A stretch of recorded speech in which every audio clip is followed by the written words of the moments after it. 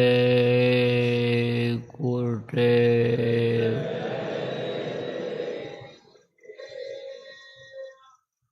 जय गुरुदेव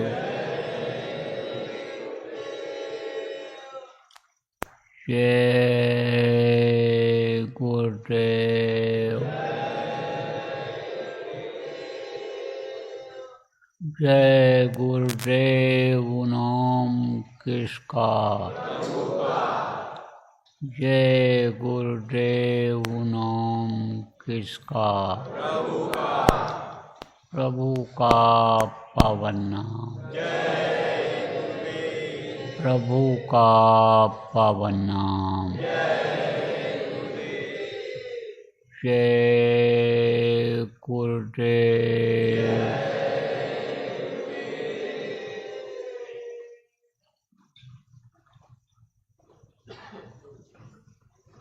सर्वसमर्थ सर्वत्र स्मरणीय दाता दयाल दीन बंधु कृपा निधान परम पूज्य गुरु जी महाराज, उपस्थित सभी साधक सत्संगी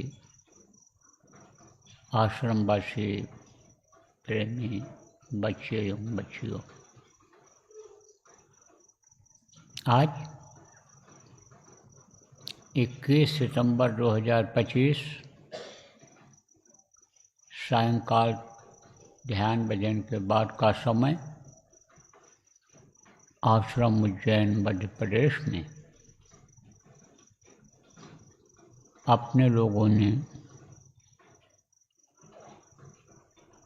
पितृपक्ष के आखिरी दिन और नवरात्र के पूर्व संध्या पर ध्यान भजन किया। आज पितृपक्ष खत्म हो गया।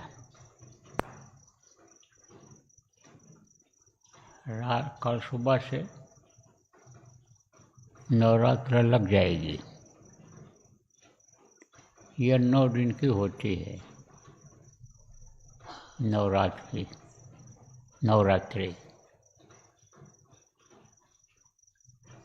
यह साल में 2 बार आती है, एक चैत्र के महीने में और दूसरी यह कुआर के महीने में।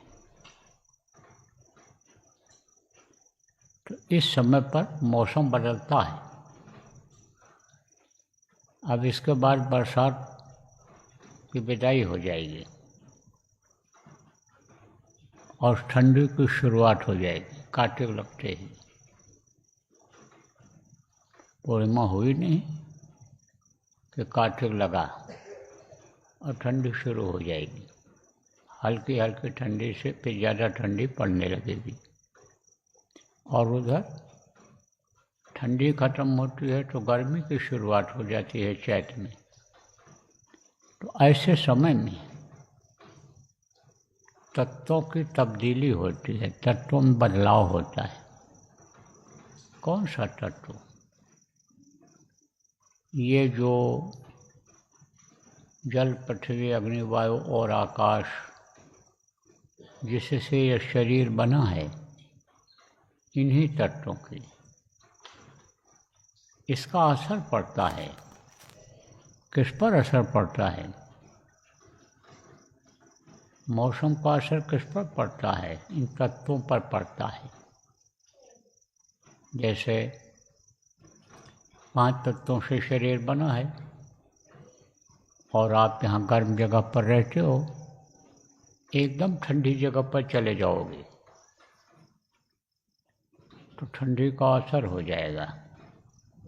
बदलाव हो गया तत्व में। जो तत्व इस शरीर को चला रहे हैं उनमें बदलाव हो जाता है तो असर पड़ता है।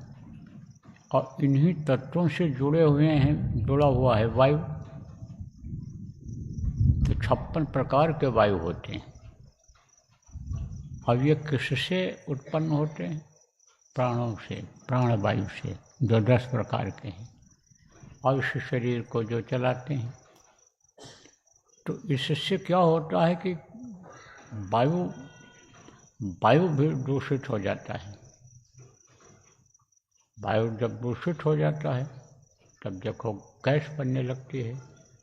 अब गैस किससे बनती है? जैसे पेट में गर्मी ज़्यादा हो गई, कब्ज हो जिसको कहते हो, तो गैस बन जाती है, डकार आने लगता है, नीचे से हवा खारिज होने लग जाती है।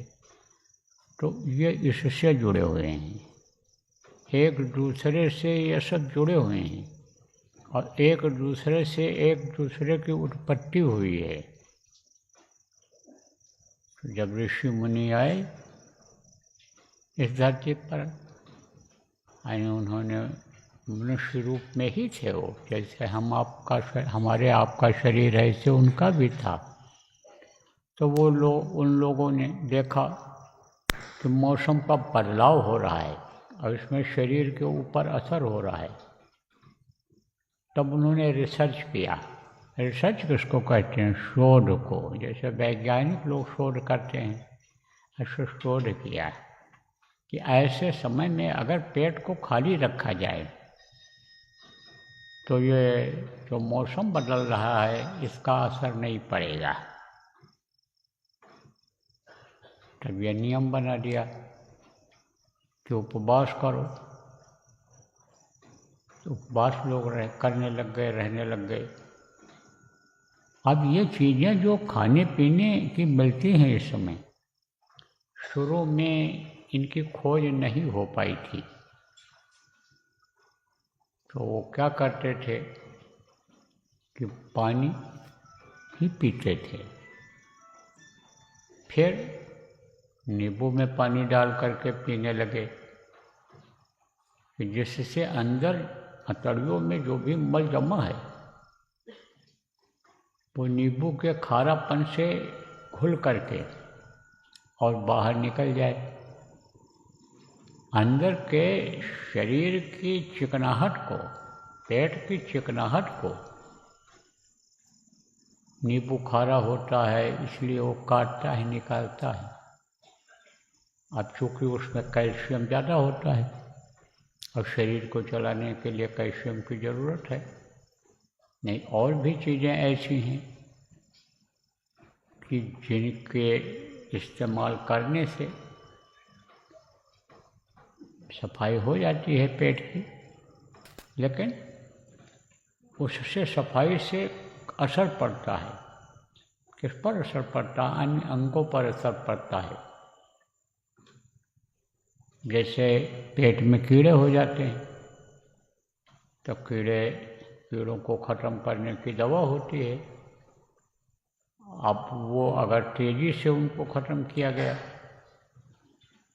तो कुछ ऐसे इसमें कीड़े होते हैं जो अदृश्य होते हैं, आँखों से नहीं देखे जा सकते हैं। वो कहाँ रहते हैं? आंतों में रहते हैं, जिसको गुड बैक्टीरिया कहते हैं इंग्लिश में। उनका भी रहना जरूरी है क्योंकि वही भूख बढ़ाते हैं, वही तत्वों को, वही भोजन को पचाते हैं। तो भोजन के पचने में दिक्कत होती है। तो ये नेचुरल चीज़, प्राकृतिक चीज़ जिसको कहते हैं, प्राकृतिक होती है वो। लेकिन ये जो नींबू है ये पेट की सफाई करता है और ताकत भी शरीर को देता है। संत लोग जब आए तो उन्होंने भी कहा, भाई बदन जब हल्का रहेगा और शरीर स्वस्थ रहेगा तभी भजन भाव भक्ति कुछ हो सकती है, भगवान याद आ सकते हैं। तो उन लोगों ने भी निकाला, कहा कि उपवास करो।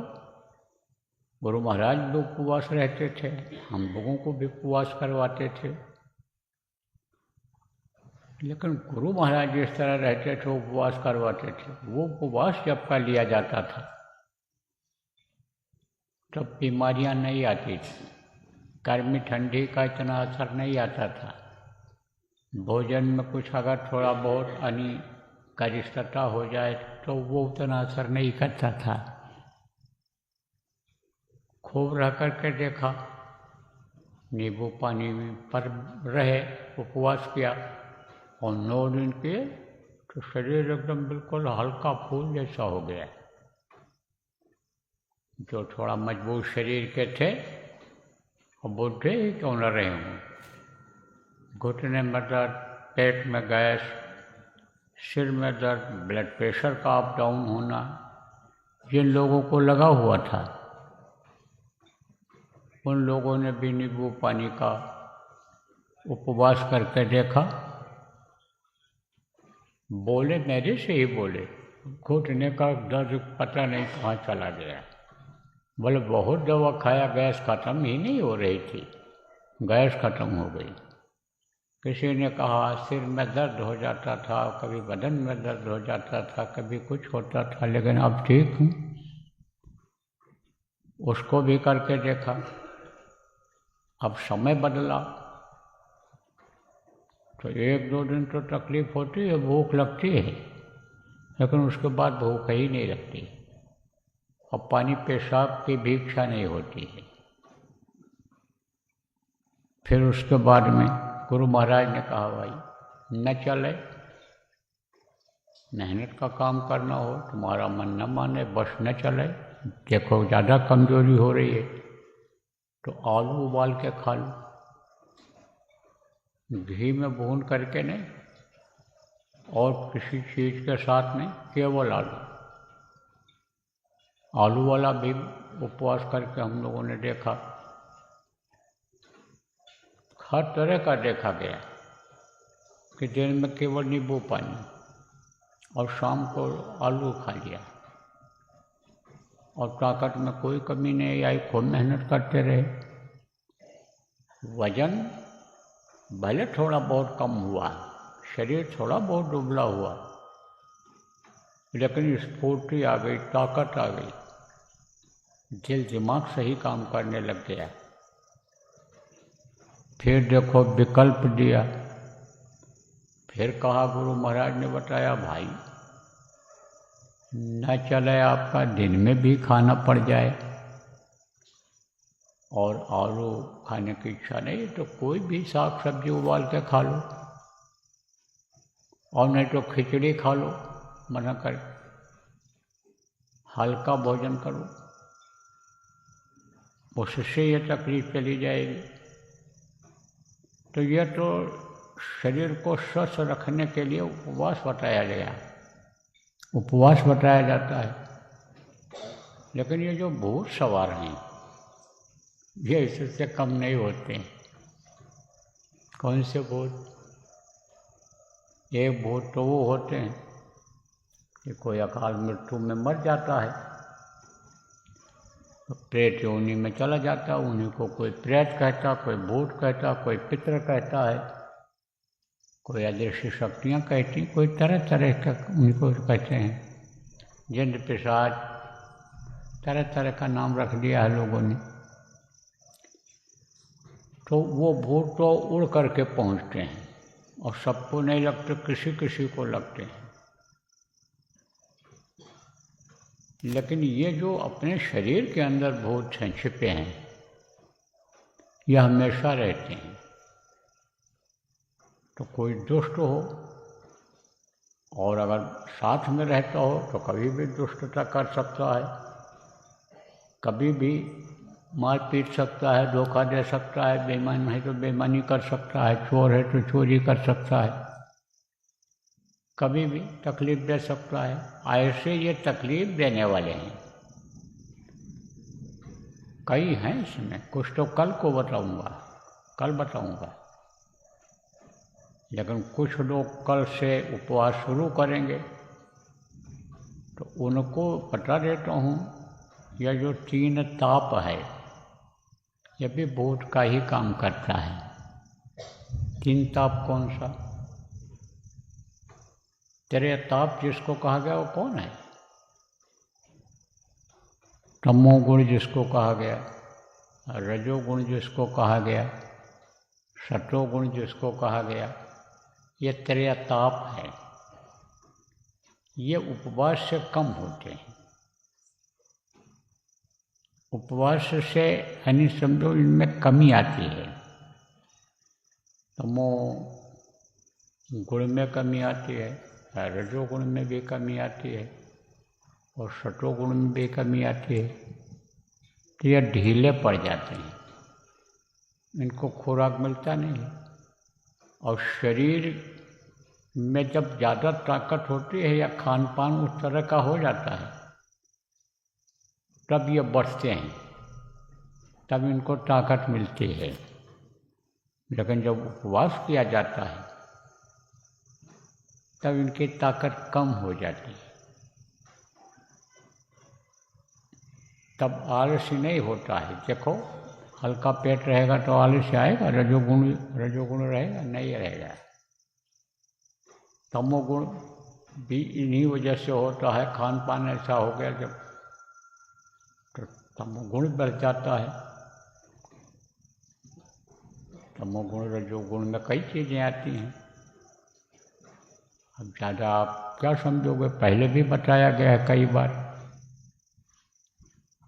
पहले भी आपको बताया गया कि मन चित्त बुद्धि अहंकार ये सब क्या है, ये सब समझो ताप है, गर्मी है, ये भूत हैं, ये परेशान करते रहते हैं। तो ये जितने भी हैं ये यानी तीनों ताप इसमें कम होते हैं। 3 दिन में तमोगुण नष्ट होता है, 3 दिन में रजोगुण नष्ट होता है, मतलब कम होता है। नष्ट होने का मतलब कि न काम करने लायक रहे तो पड़ा तो रहे, लेकिन काम करने लायक न रहे।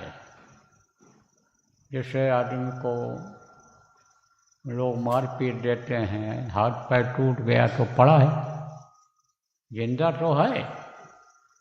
अब जब ठीक होगा तब वो काम करने लायक होगा, उसका शरीर तब सक्रिय होगा। और अगर नहीं काम करने लायक है, हाथ पैर काम नहीं कर रहा है, पड़ा हुआ है, मरा ही जैसा है। ऐसे ख़त्म नहीं होते, लेकिन ये मरे जैसे हो जाते हैं। 3 दिन में रजोगुण, 3 दिन में सतोगुण, ये ढीले पड़ते हैं। कब? जब उपवास रहा जाता है। लेकिन मुर्दा नहीं होते, अपंग नहीं होते हैं ये। और ये जब तक अपंग नहीं होंगे तब तक काल भगवान ने ऐसा सिस्टम बना दिया है कि जीव निकल ही नहीं सकता इस पिंजरे से। इस पिंजरे से मनुष्य रूपी शरीर से जीवात्मा तभी निकलेगी कि जब यह सब ढीले पड़ेंगे, और नहीं तो ये वहाँ तक घाट तक पहुँचने ही नहीं देंगे। संतों ने क्या किया, इसके लिए रास्ता निकाला कि यह सब ढीले पड़ जाएं, यह सब मुर्दा हो जाएं। तब यह साधना की विधि बताई, सुमिरन ध्यान भजन बताया। जब संत लोग आए तब तक मलिनता भी आ गई थी, कलयुग आ गया था। कलयुग के असर से भी ये मजबूत हो रहे थे, इनमें बल आ रहा था, इन भूतों में ताकत आ रही थी। कि जैसे आप ये समझो कि आजकल यह राजनीतिक पार्टियां हैं, ये ख़त्म कोई नहीं हो रही, लेकिन सत्ता पार्टी यानी में और लोग रहते हैं, उनके जो कार्यकर्ता रहते हैं बड़े एक्टिव हो जाते हैं और उनमें बल आ जाता है। लेकिन जो विरोधी रहते हैं वो पड़े रहते हैं। और जब उनका समय आता, उनकी पार्टी बन गई, उनका नेता कोई बन गया, तब उनमें भी ताकत आ जाती है। तो ऐसे ही आपको समझना चाहिए कि ये यानी समझो कि ख़त्म उससे नहीं होते हैं, मुर्दा नहीं होते हैं। तब संतों ने, संत जब आए तब बोले भाई अब ऐसा रास्ता निकाला जाए कि जैसे से ये मुर्दा जैसे हो जाएं, मर जाएं। ये जो बाधा डालते हैं, जो घाट तक पहुँचने ही नहीं देते हैं, जीव को होश ही नहीं आता है कि हमको कहीं जाना है, या अपने ही जाल में फंसाए रखते हैं। तब उन्होंने नामदान देना शुरू किया, सुमिरन ध्यान भजन कराना शुरू किया। और मुहूर्त के हिसाब से, जैसे मौसम देखो ठंडा है, अब इनमें आप बैठे रहो आराम से, कितना देर साधना करो, न ज़्यादा गर्मी है न ठंडी है। तो यह मौसम क्या है, यह अनुकूल है, गुलाबी मौसम कहलाता है। तो क्वार का भी यह महीना गुलाबी होता है और उधर आपका चैत का भी महीना गुलाबी रहता है। तो इसी तरह से अनुकूल समय निकाला संतों ने। ऐसे तो रोज का बताया, लेकिन अनुकूल समय निकाला। और अनुकूल समय के अनुसार पीछे भी आपको बताया गया गुरु महाराज के दया से, और आप लोगों ने साधना किया और उसी साधना में बहुत से लोगों को तरक्की हो गई। ये सब ढीले हो गए, सब मुर्दा हो गए, मन की चंचलता खत्म हो गई, चित्त गलत चीज़ों का चिंतन करता था वो चीज़ खत्म हो गई, बुद्धि सही हो गई, अंतःकरण साफ हुआ और अंतर में तरक्की हुई। अंदर का पर्दा हटा, अंदर की आँख के सामने जो मैल थी वो साफ हुई। जब इस अंजन को आपने लगाया तो वो सब जो कचरा था निकल गया और दिखाई भी पड़ने लगा। कान की मैल निकल गई, अंदर की जो गंदगी जमा थी कर्मों की वो कटी, तो सुनाई भी पड़ने लगा। और इसमें काफ़ी कुछ लोग आए हो जिनको सुनाई पड़ता है, दिखाई पड़ा। डायरियाँ लिखे हो आप, डायरी जो आप देना चाहो दे देना पढ़ने के लिए, या कोई समस्या है आपको, उसमें समस्या आ रही है उसको भी आप लिख सकते हो, उसको भी बता सकते हो। लिखे हो तो दे देना, और नहीं तो लिखते जाना। जो इसमें अनुभव होगा आपको, कल से जो साधना शिविर लगेगी उसमें जो अनुभव होगा वो लिखते जाना। तो आप साधना करने के लिए आए हो। कल साधना शुरू हो जाएगी 7 बजे तक। आप लोग प्रातःकाल तैयार होकर के यहीं पर आ जाइएगा। अब ये जो सुबह 4 बजे घंटी बजती है, 4:30 से होता है, कल वो नहीं हो पाएगा, कल वो नहीं होगा। कल तो घंटी बजे न बजे, 7 बजे से पहले पहले चले आना। बज गई तो ठीक है, आधा घंटा पहले बज गई तो ठीक है, पौन घंटा पहले बज गई तो ठीक है, और नहीं तो आप यहाँ आ जाना। और फिर आपको कुछ थोड़ा बहुत बता दिया जाएगा और उसके बाद आपको बैठा दिया जाएगा। बताना इसलिए ज़रूरी होगा कि पूरे देश में ही नहीं, विदेशों में भी जहाँ संगत है, प्रेमी हैं, वो लोग भी कल सुबह बैठेंगे, सब बैठेंगे, थोड़ी ही देर चाहे बैठेंगे, करेंगे, सुनेंगे भी लोग ऑनलाइन।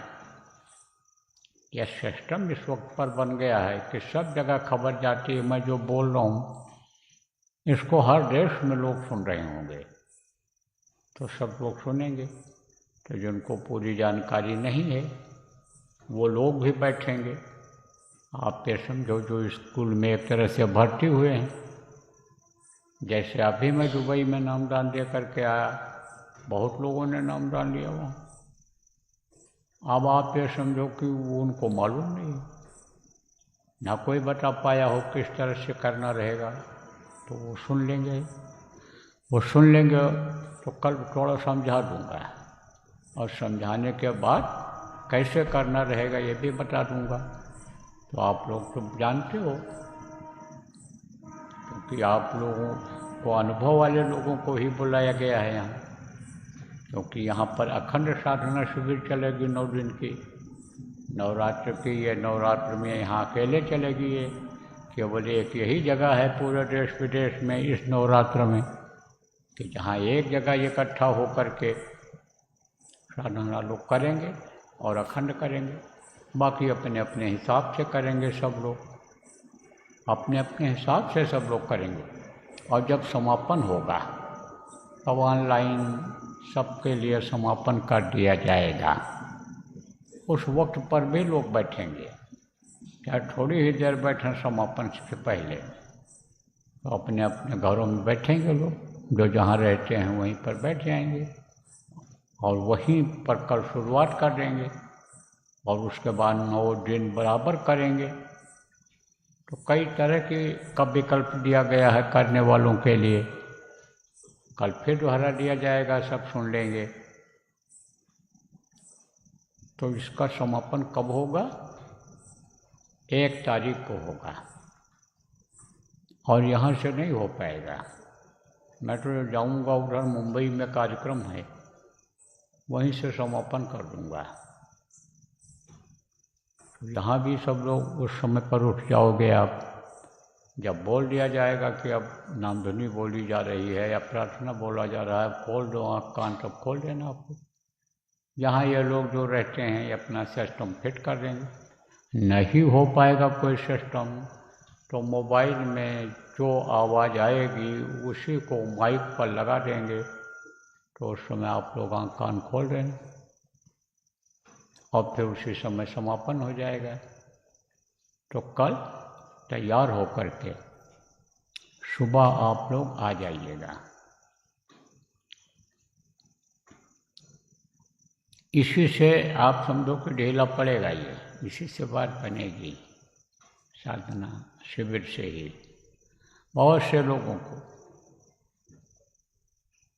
इसी से शुरुआत हो जाएगी आध्यात्मिक ज्ञान की, आध्यात्मिक विकास का ज्ञान हो जाएगा, उसकी शुरुआत हो जाएगी।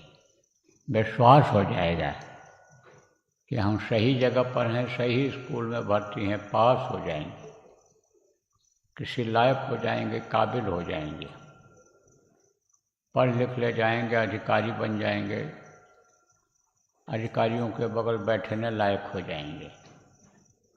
यह उनके लिए हो जाएगा। मालिक की दया से दया बरसेगी, सबके ऊपर बरसेगी। लेकिन जब तौर तरीके, संयम और नियम से लोग करेंगे तब होगा, ऐसे नहीं होगा। तो संयम नियम भी बताया गया, तौर तरीका भी बता दिया जाएगा, और लगन लगेगी। जब विश्वास होगा, गुरु पर विश्वास होगा, तब करेंगे लोग।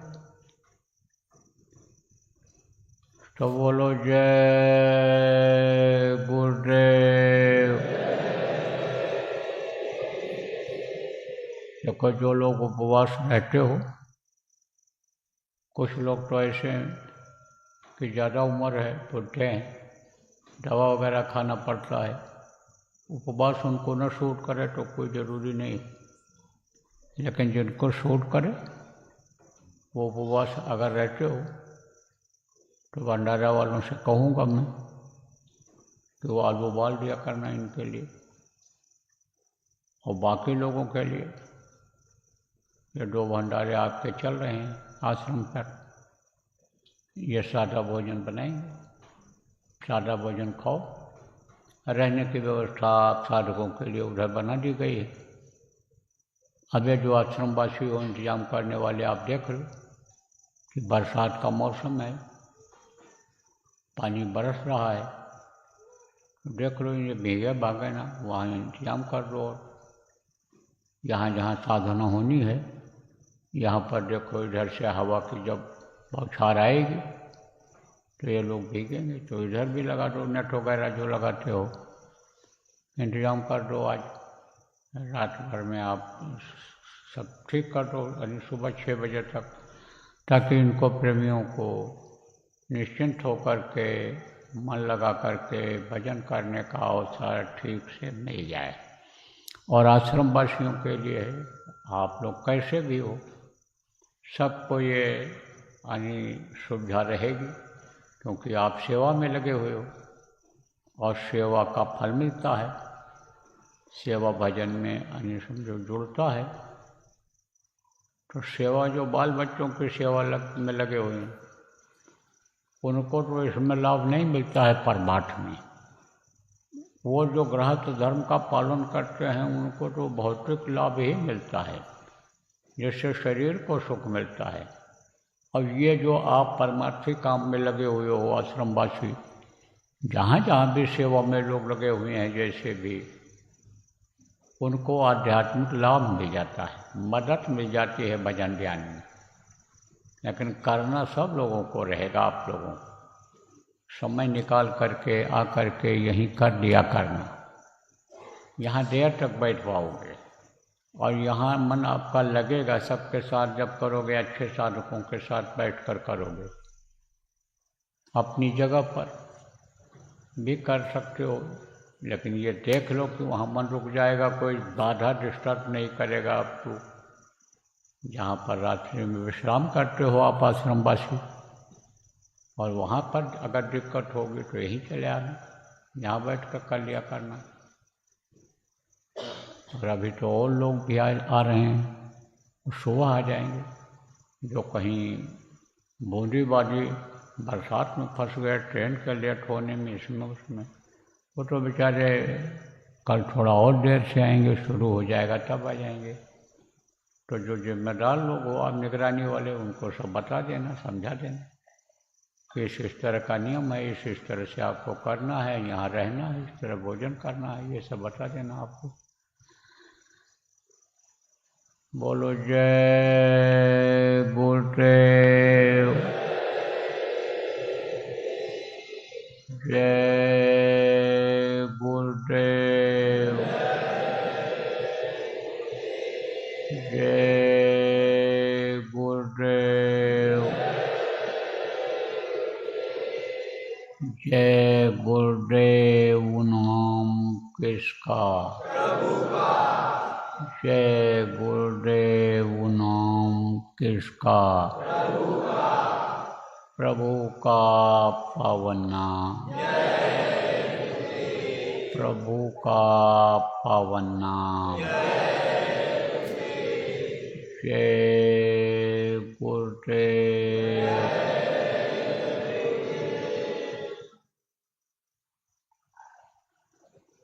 जय गुरुदेव, जय गुरुदेव, जय गुरुदेव, जय जय गुरुदेव।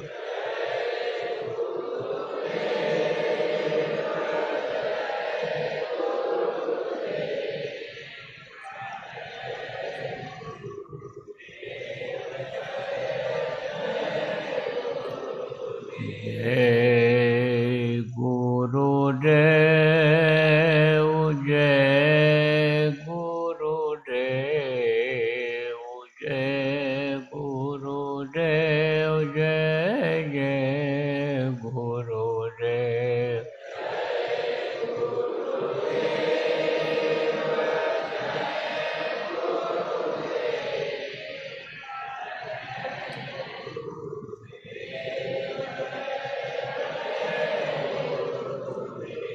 जय गुरुदेव, जय गुरुदेव, जय गुरुदेव, जय जय गुरुदेव।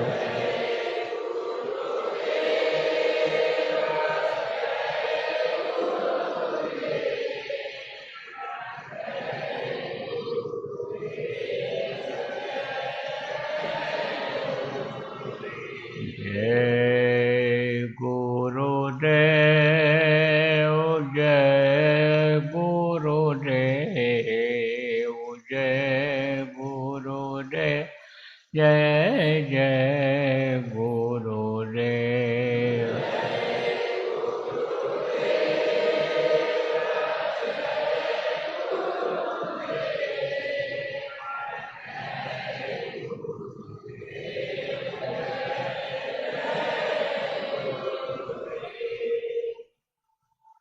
जय गुरुदेव, जय गुरुदेव, जय गुरुदेव, जय जय गुरुदेव।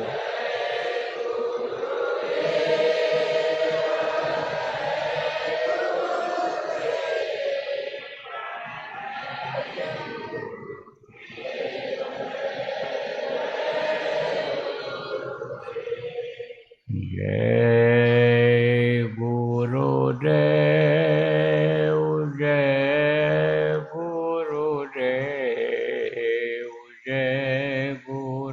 रे, जय जय गुरु रे।